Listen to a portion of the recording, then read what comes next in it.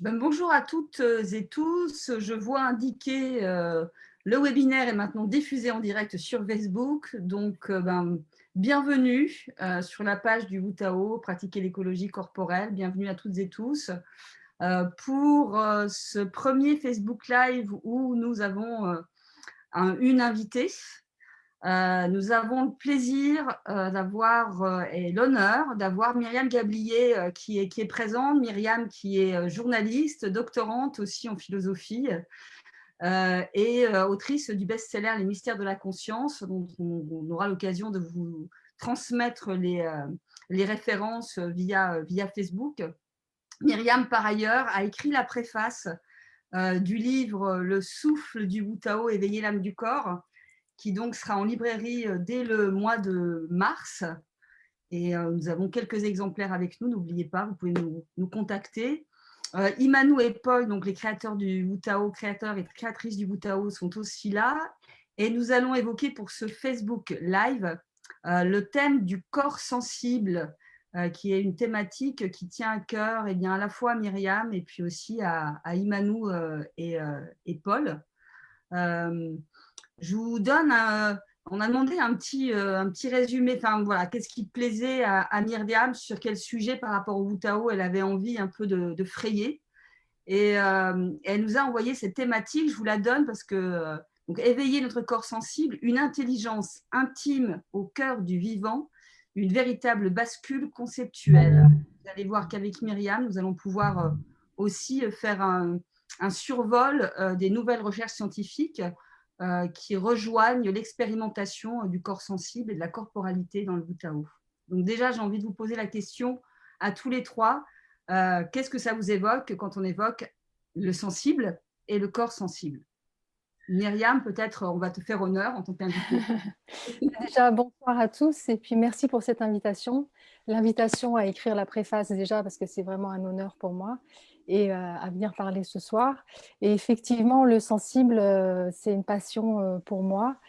Et ce que j'aimerais vraiment passer comme idée, c'est que à l'heure d'aujourd'hui, on est à la fois avec une accumulation de données scientifiques qui sont donc objectives, mais qui vont mettre en évidence que tout notre corps est sensible, vraiment jusqu'au cœur de nos cellules.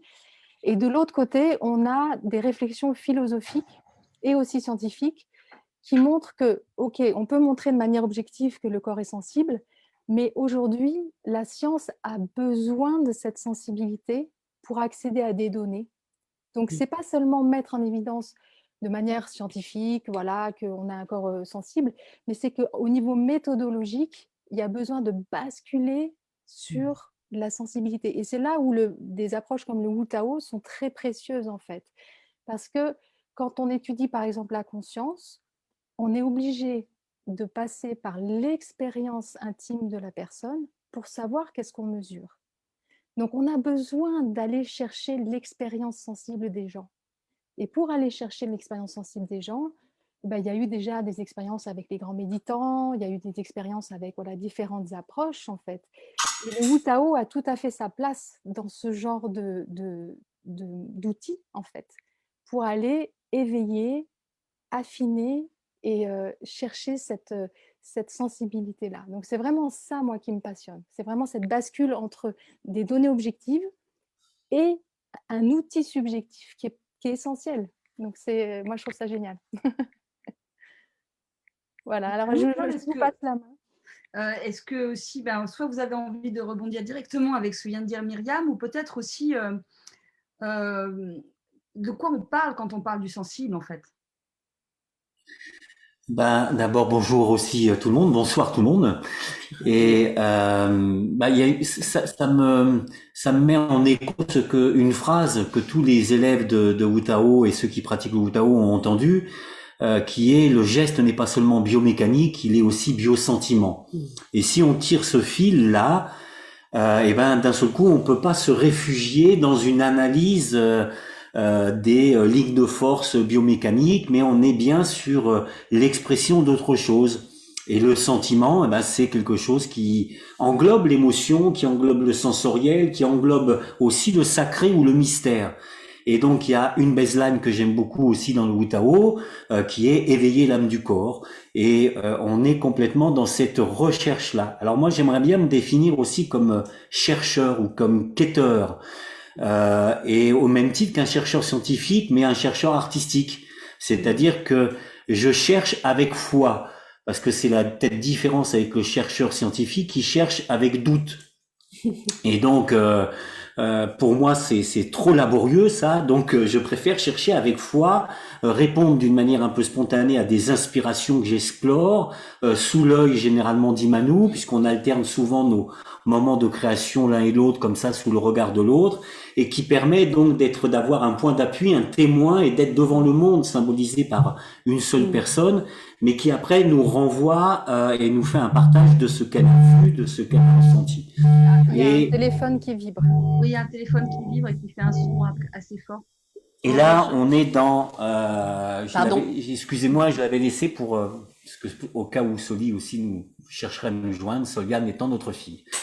Donc voilà, je ne sais plus trop où j'en suis. Donc ça va être le moment de passer la parole. Le chercheur. Voilà. Donc il y a une différence pour moi, j'aime beaucoup cette image. Et surtout pour un pratiquant d'arts martiaux qui à un moment a retourné quelque chose pour aller vers ce sensible-là. Quand on pratique les arts martiaux, quand on pratique la danse, très souvent on est dans un renforcement de cuirasse. Et on est dans vouloir se rendre plus fort pour pouvoir être adapté au monde difficile, hostile, etc. Et donc, quand on retourne ça et qu'on va vers le sensible, c'est un moment très fort pour un pratiquant d'arts martiaux que j'ai été, qui est d'un seul coup d'accepter ce sensible, d'être touché par l'extérieur, mais aussi d'être touché par son intériorité et par le mystère que nous sommes tous et que je suis.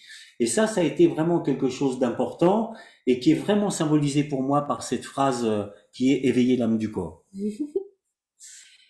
Et Imano, pour toi, oui. Oui. Pour toi, le sensible, c'est quoi? Pour moi, le sensible, déjà, j'ai envie de dire, c'est quelque chose qui me parle beaucoup. Alors, c'était très particulier ma démarche parce que je viens vraiment d'un monde du silence. J'avais pas beaucoup de mots et de paroles pour même m'exprimer avec les personnes.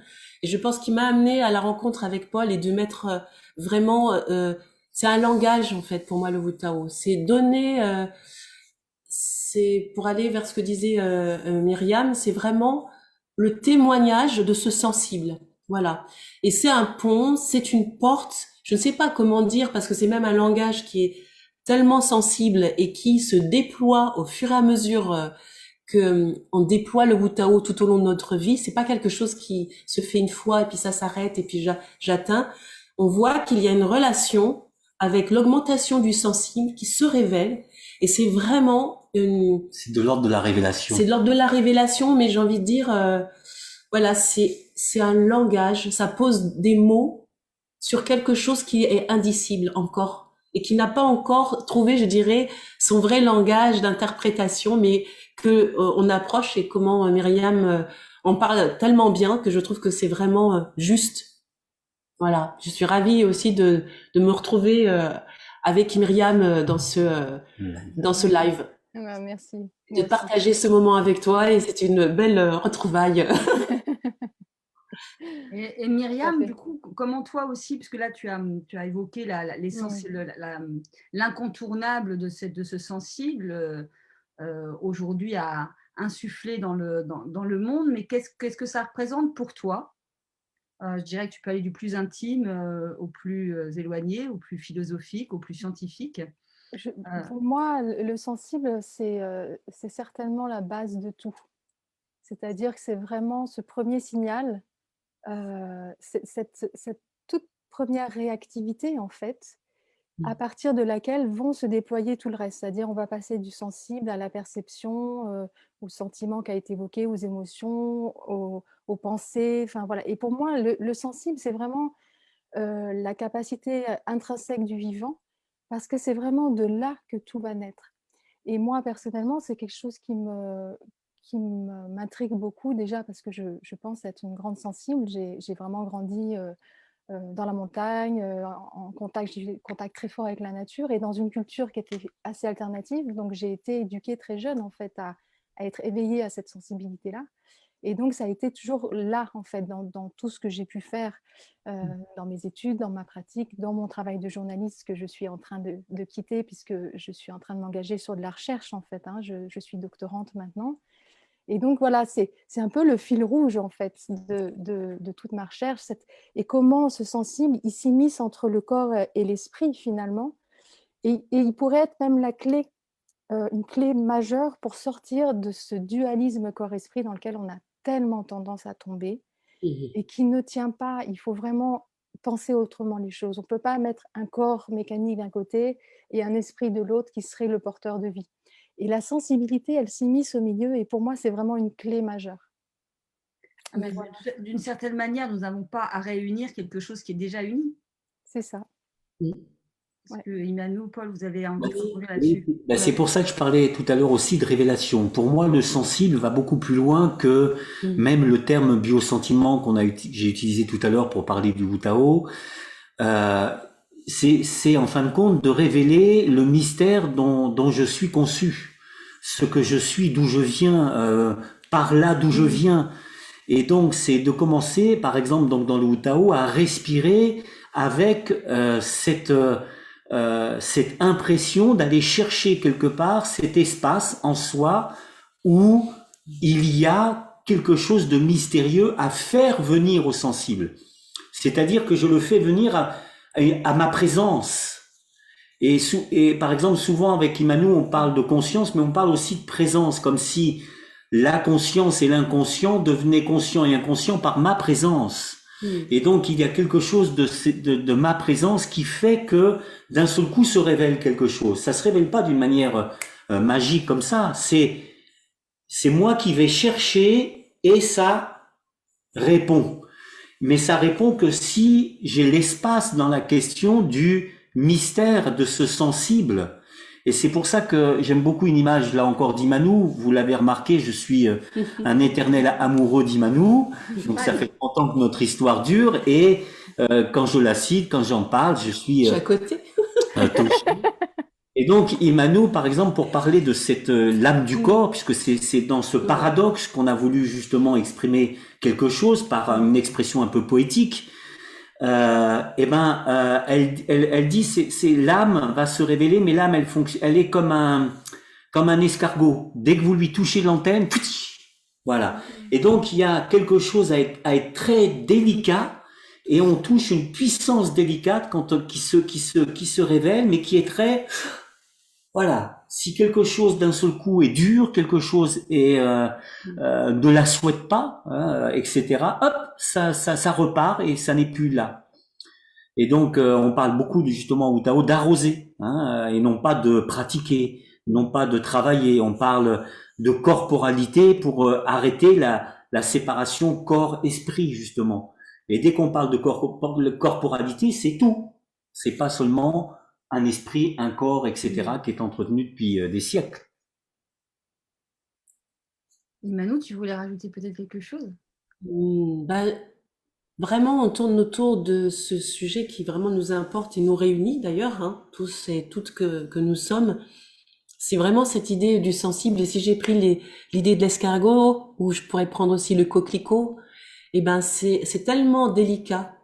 Il faut une attention tout à fait particulière pour sentir ce sensible s'extérioriser. Et pour changer vraiment, je dirais, aujourd'hui, la situation que nous vivons nous permet, et est une situation qui permet encore plus, je dirais, d'émerger à ce sensible.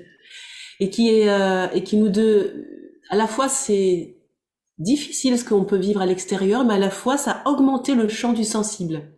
Donc en ce moment, moi je me régale parce que c'est très rapidement que le sensible a envie de se déployer, mais d'une force, mais avec sa délicatesse, sa puissante délicatesse. C'est vraiment quelque chose qui opère et qui va opérer pour moi et qui même, je vais oser dire quelque chose que je pense que ça va changer la texture de ma peau, la façon dont ça rayonne, dont ça s'organise, comme tout. parce que ça va influencer, parce que c'est un bain dans lequel on baigne en réalité tout le temps, mais que le fait d'avoir l'attention de l'escargot, comme j'avais aimé à ce moment-là, ce jour-là où je l'ai évoqué, parce que c'était tellement délicat, ça me surprenait moi-même de sentir ce sensible émaner, et que si je le froissais, pouf, il repartait. Si je lui imposais une pensée, Même une volonté. une volonté, ou que je réagissais dans le monde dans lequel euh, on est opérant, enfin entre guillemets, comme dans lequel avec tout ce qui se passe, eh bien ça, c'est une rupture de contact. Donc voilà, c'est tout ce que je voudrais dire de plus sur ce sensible. Mais tout ça Mais est dans le livre. Hein. Vous pouvez le retrouver vous le retrouverez. vraiment dans le livre. Hein. Et vraiment, merci. Voilà.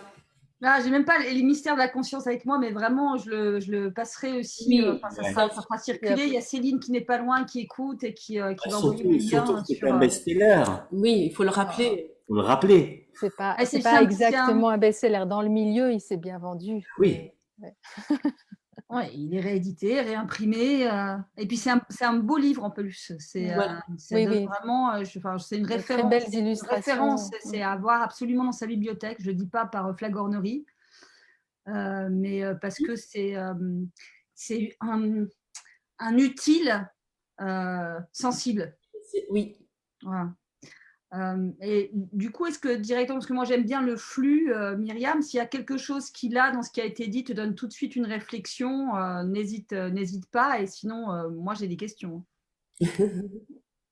Juste 2 mots sur le livre pour dire que c'est une cartographie en fait. C'est vraiment la question d'entrée, c'était qu'est-ce que la conscience et donc j'ai cherché à cartographier. Donc c'est vrai que c'est un livre qui est assez utile parce qu'il montre qu'on peut rentrer de plein de façons dans ce thème qui est quand même essentiel, mais qui est aussi très fourre-tout.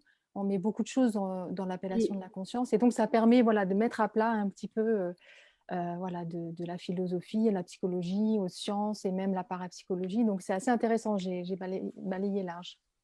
Ouais. Justement, alors, finalement, quand on parle de sensible, parce que là, moi, ce que j'ai entendu, c'est le terme de conscience a été très très vite associé à la notion du sensible. Comment tu le relis? Est-ce que tu le relis, Myriam? C'est une grande question. En fait, historiquement, le terme de conscience est apparu au XVIIe siècle. Donc c'est assez tardif, on ne se rend pas compte, mais c'est assez tardif.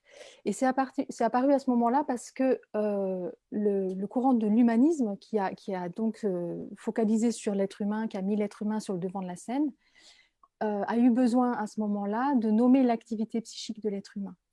Le problème, c'est que la première définition de la conscience qui a été donnée, c'est une définition de capacité à faire une boucle sur soi-même pour prendre conscience de quelque chose.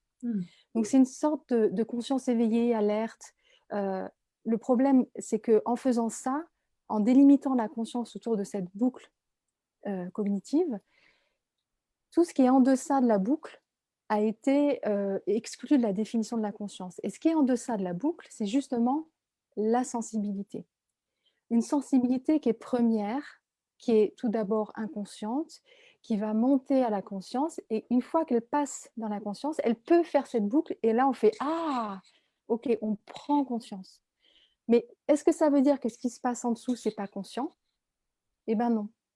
Et donc, c'est tout le problème de la conscience. C'est-à-dire que les recherches qui ont suivi, en fait, ont mis en évidence déjà qu'on a une activité inconsciente incroyable, d'une richesse énorme et d'une intelligence énorme.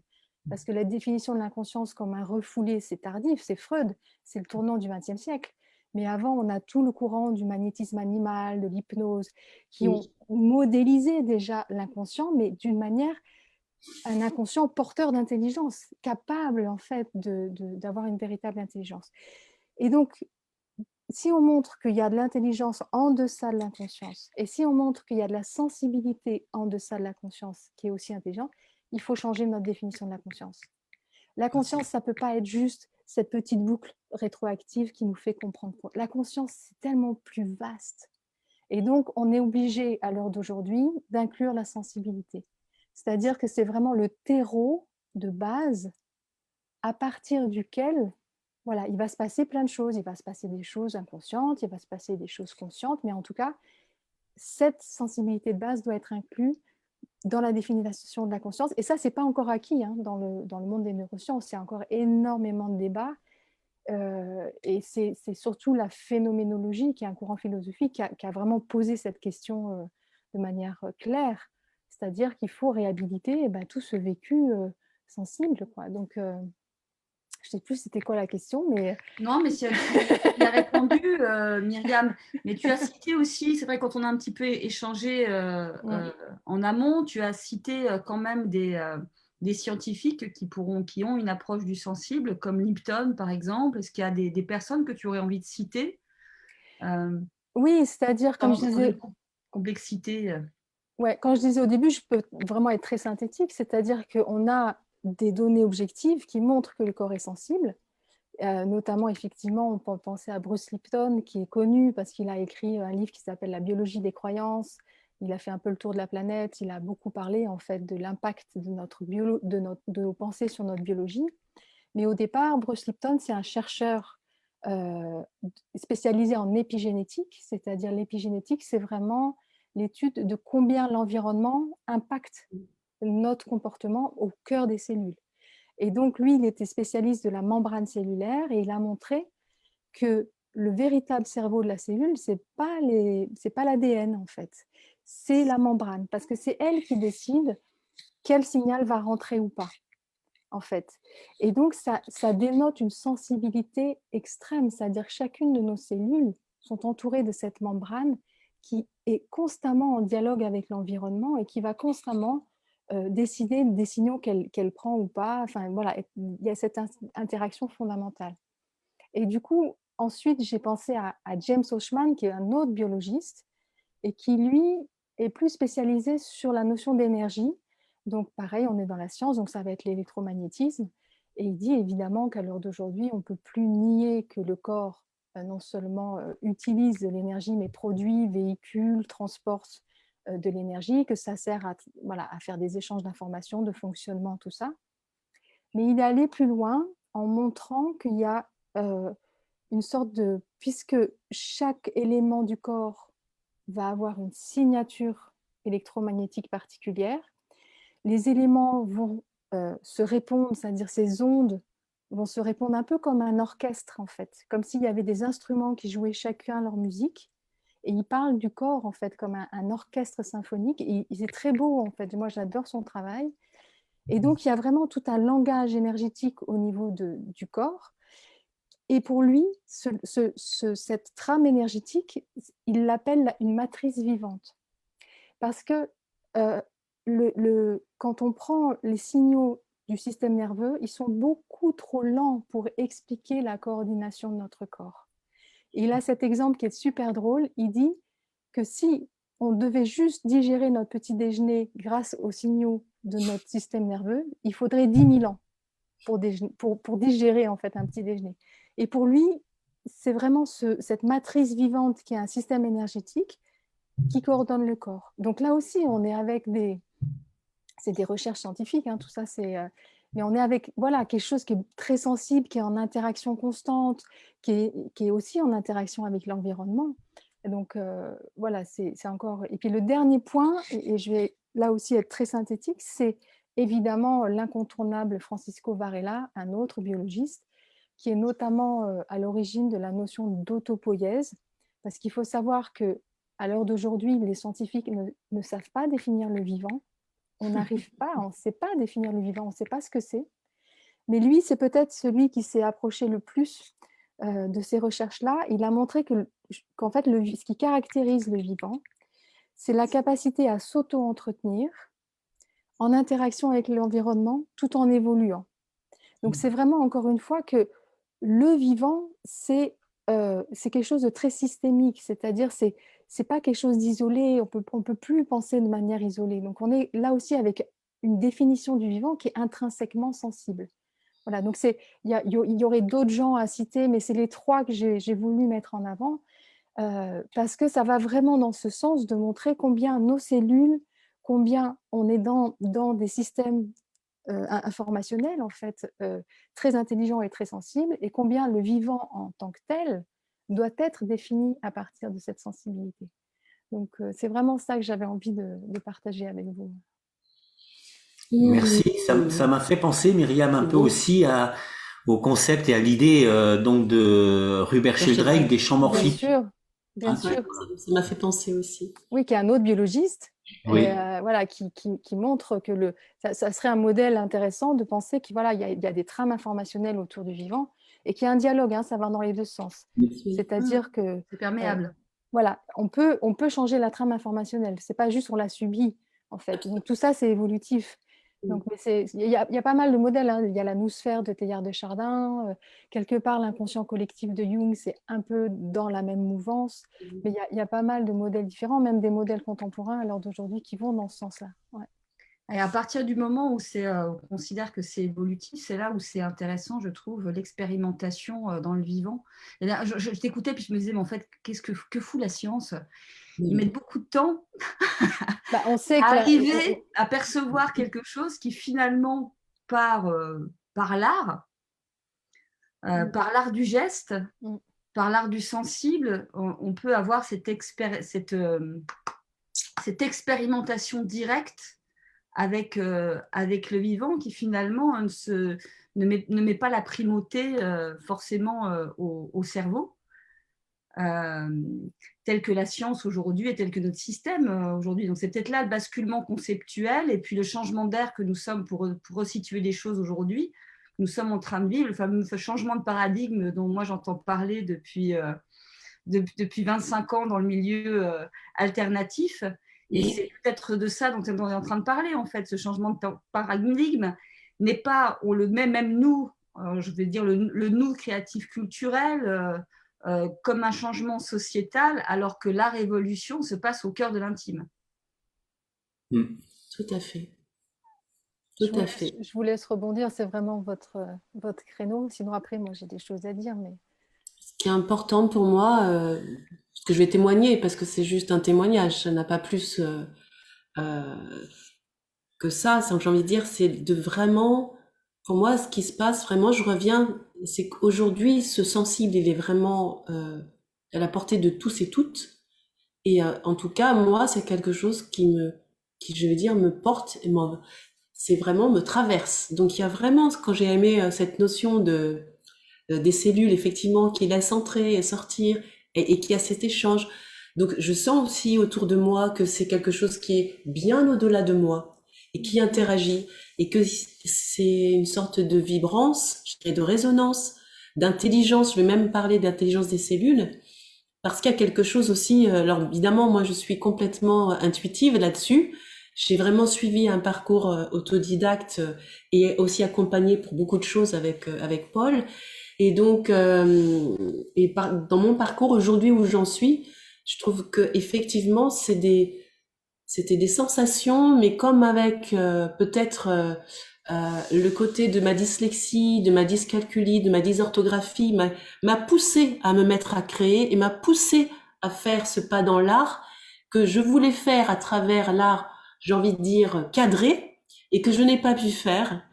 Parce que je n'avais soi-disant pas assez de mathématiques, je n'avais pas assez les bases et parce que c'était trop instable. Je pouvais atteindre des espaces et puis les défaire le lendemain parce que quand on est dyscalculique et dysorthographique, le monde n'est pas stable, comment dire. Ça change à tout moment selon l'émotion, selon le temps, selon la personne, comment elle vous parle, elle vous regarde. Et C'est du sensible. Et tout ça a influencé énormément et m'a influencé au point de me retrouver sur un côté où vraiment j'étais mal partie dans ma vie, entre guillemets, et j'aurais pu très bien ne pas le vivre, et c'est pour ça que c'est un paradoxe aussi que je vis aujourd'hui. Je vis à la fois cette situation et ce changement de paradigme comme quelque chose à la croisée des chemins, et c'est une chance inouïe qu'on puisse le vivre et qu'on puisse le ressentir comme ça au jour d'aujourd'hui, et voilà, Tu parles de la coronafolie, là. Je la nomais pas. Je pense que ça nous pousse au contraire à avoir accès d'une manière très individuelle et en plus de le partager. Contrairement à tout ce qui nous est proposé de ne pas partager, c'est justement la qualité de ce sensible, c'est qu'il est vraiment en lien. Il est vraiment interactif. Donc voilà, ça me faisait penser à ça. Moi, je dirais que quand on est chercheur artiste, hein, quêteur artiste, Mhm. on fonctionne sur l'inspiration et la foi. Donc on ne doute pas du geste qui est inspiré et que qu'on va faire. C'est la même chose d'ailleurs, et c'est là aussi où ça m'a servi dans les arts martiaux ou en situation de simulation de combat. On est là dans un assaut et on peut pas douter. Donc on sent et dès qu'on sent, tchong, ça jaillit. Sinon on est à côté, sinon on fait un combat où on se fait mal ou etc etc, ça va pas. Mais dans l'art et dans l'inspiration c'est la même chose. Donc si d'un seul coup que ce soit une calligraphie de geste ici, et pourquoi on parle de calligraphie de geste en Wutao? Justement pour ça, c'est-à-dire que le geste n'est pas que biomécanique, il est biosentiment, il n'est pas que ça, il est bio-environnement, c'est-à-dire je bouge, je touche quelque chose, un air, un espace autour de moi qui n'est pas vide. Et donc je vais chercher la sensibilité, le sensible de ce contact-là. Et je vais donc sentir que je calligraphie l'air, je laisse des traces. Et donc dans le Wutao, quand on forme les personnes, souvent on leur dit sur un mouvement prolongez votre main, vos doigts jusque dans le sol, jusque dans le centre de la terre, et sentez cette énergie vous revenir, puis rejaillir, etc., etc. Donc on va prolonger le geste au-delà de l'apparente forme que nous avons et que nous pouvons toucher dans ces limites, mais qui sont des limites justement de perception de mon sensible de cette enveloppe. Mais comment je peux d'un seul coup percevoir ici cette membrane plus subtile, plus légère que mon corps, mais néanmoins plus dense qu'un peu plus loin. Et donc tout ça, ça s'éveille avec quelque chose qui est l'intention et non pas la volonté. Donc là encore, on est peut-être sur quelque chose de subtil, où Myriam, en tant que plus scientifique dans ta démarche, tu vas peut-être être d'accord aussi. C'est le problème des scientifiques, c'est la volonté et le cadre qui doit prouver et non pas se laisser aller à l'inspiration. Et donc ça donne quelque chose qui est aussi laborieux et difficile. Moi, je le sens à tel point, puisque quand dans des conférences ou quand on discute, toutes les personnes qui vous donnent le retour, oui, mais comme si je n'ai pas besoin d'autorisation scientifique pour sentir un geste, ou sentir un sentiment, ou sentir que l'air n'est pas vide, ou sentir l'espace sacré en moi. Et si je reste dépendant de cette autorisation de la science, entre guillemets, qui va me permettre d'oser aller là, je perds un temps fou. Si le créateur de l'ostéopathie avait attendu qu'on voit les fascias là, on aurait perdu 100 ans. 100 Oui, ans. mais ça, c'est majeur en fait. Et il faut quand même remettre en perspective, en plus que la science dont on parle, elle a 3-4 siècles maximum. Et donc, cet accès au savoir sensible et intuitif dont tu as parlé, Immanou, il est valide. C'est-à-dire que c'est, comme tu dis, quand on est dans une posture martiale et qu'on a un geste à faire, bah, je veux dire, il n'y a pas photo, il est efficient, il est juste. Et donc, il y a vraiment besoin, justement, c'est aussi ça la bascule qui est en train de se faire en ce moment, c'est qu'on est en train de réhabiliter, voilà, un accès au savoir qui est autre, qui est sensible, qui est intuitif, qui est instinctif parfois. Et en fait, en toile de fond, ce qui se joue aussi, c'est que toutes ces valeurs de la sensibilité, de la perception, sont des valeurs qui ont toujours été traditionnellement associées au féminin. Et c'est ça aussi la grosse bascule qui est en train de se faire en ce moment, c'est qu'on est en train de sortir progressivement, il y a du boulot encore, beaucoup de boulot, mais on est en train de sortir de structures de pensée qui sont très masculines, patriarcales. Et c'est ça en toile de fond, en fait. C'est toute cette sensibilité, tout ce féminin pour un équilibre. Hein. Il ne s'agit pas de, voilà, on le sait, hein, de repartir dans l'autre sens. Et donc, c'est majeur de réhabiliter cet accès valide. C'est valide, en fait. Il n'y a pas besoin, comme tu dis, moi j'adore t'entendre parler comme ça, Paul, de valider ça par la science. Moi, il se trouve que j'ai un esprit un peu scientifique et j'aime bien, mais voilà, et clairement, on n'a pas besoin de validation scientifique pour sentir. Ça, je suis 300% avec vous. Et puis peut-être qu'au-delà de ça, il y a l'idée de la validation, mais qu'à un moment donné, aujourd'hui, comme il y a eu une sorte de perte de contact avec ce sensible, il y a la nécessité aujourd'hui d'avoir, alors si la science et les nouvelles découvertes scientifiques nous permettent de valider justement ces perceptions, il n'en reste pas moins qu'il nous faut des voies, il nous faut des chemins pour réinduire et pour repercevoir ce sensible.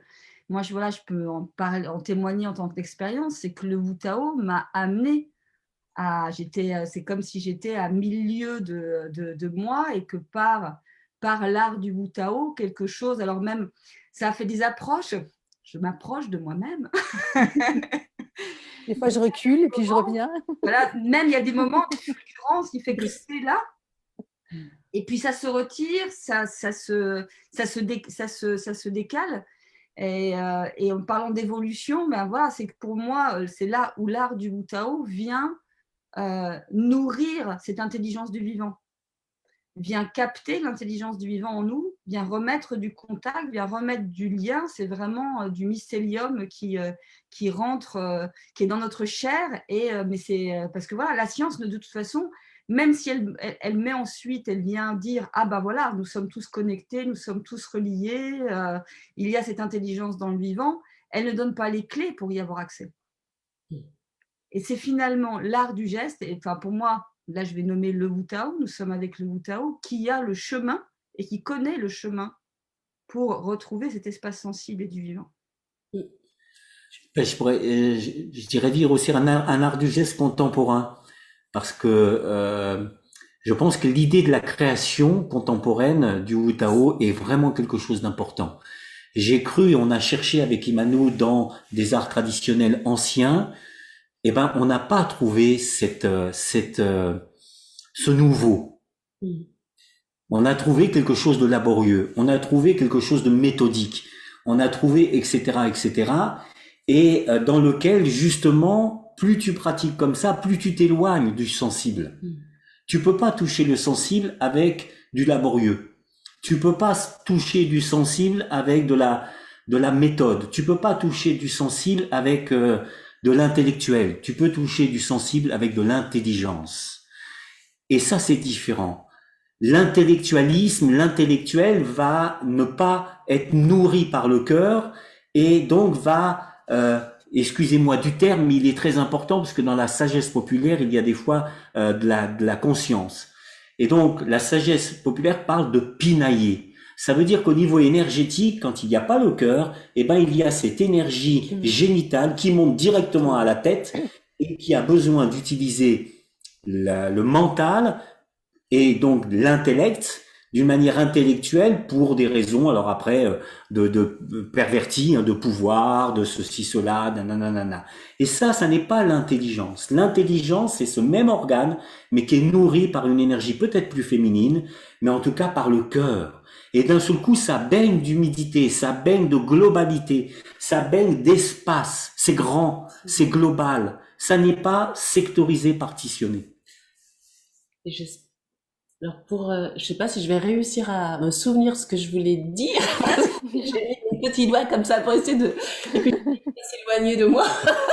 Mais c'est parce que donc ça englobe tout ce qui vient de se dire et ça me fait penser quand tu disais Delphine que ça s'approche petit à petit ton expérience du Wu Tao, ça venait vers toi et puis tout d'un coup parfois ça s'éloignait puis ça.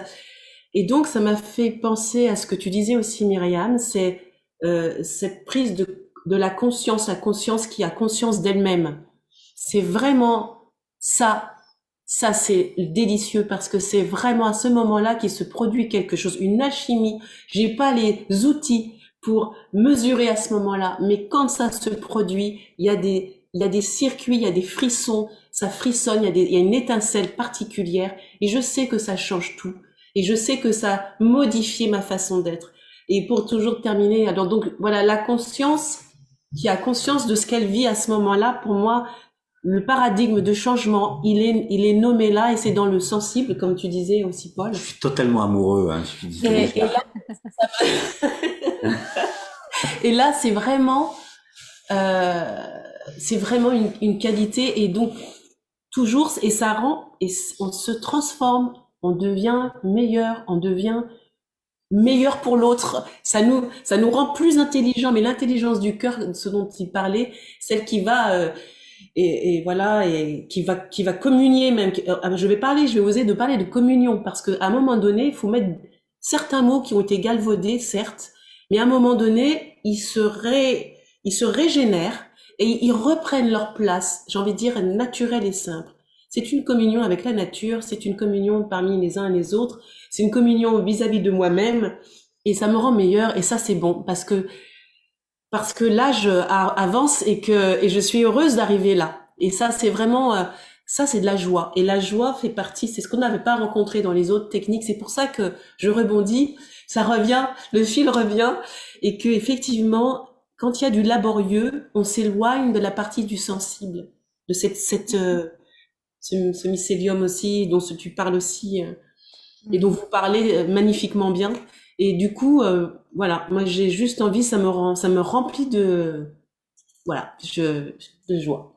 Il n'y avait pas de joie dans les autres choses. Et leur revivance, parce que c'est la vie. La vie doit circuler. Il y a une autre chose qu'on dit aussi, mais une autre chose aussi, c'est méfiez-vous des pratiques qui ne swingent pas. Qui ne dansent pas la musicalité. Quand ça swing pas.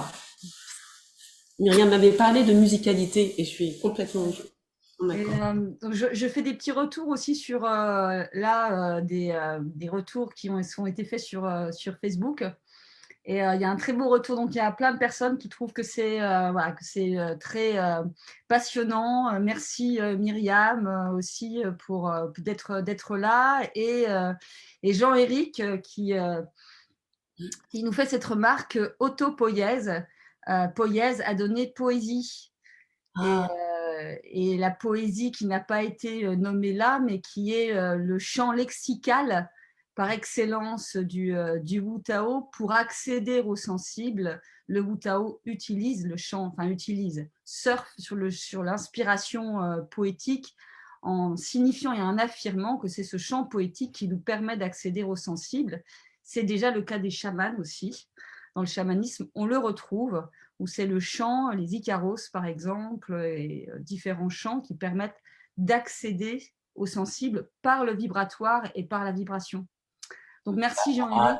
À un tel point, merci Jean-Éric, à un tel point que dans les formations de Wu Tao, pour former les enseignants, on leur demande et on essaye de transmettre cette notion-là pour qu'ils développent une pédagogie poétique et liée à leur poésie. Et on leur dit, ça n'est pas la reprise de nos mots, peut-être oui, s'ils résonnent, mais c'est aussi la propre poétique et la résonance, en tout cas de la poétique de l'enseignant, quand il dit les mots, qui fait que ça résonne chez l'élève aussi. Et c'est un chemin direct. C'est génial. Est-ce que tu veux compléter cette... Moi, ce que ça m'évoque, en fait, c'est qu'effectivement, il y a cet niveau de conscience sensible qui est le terreau.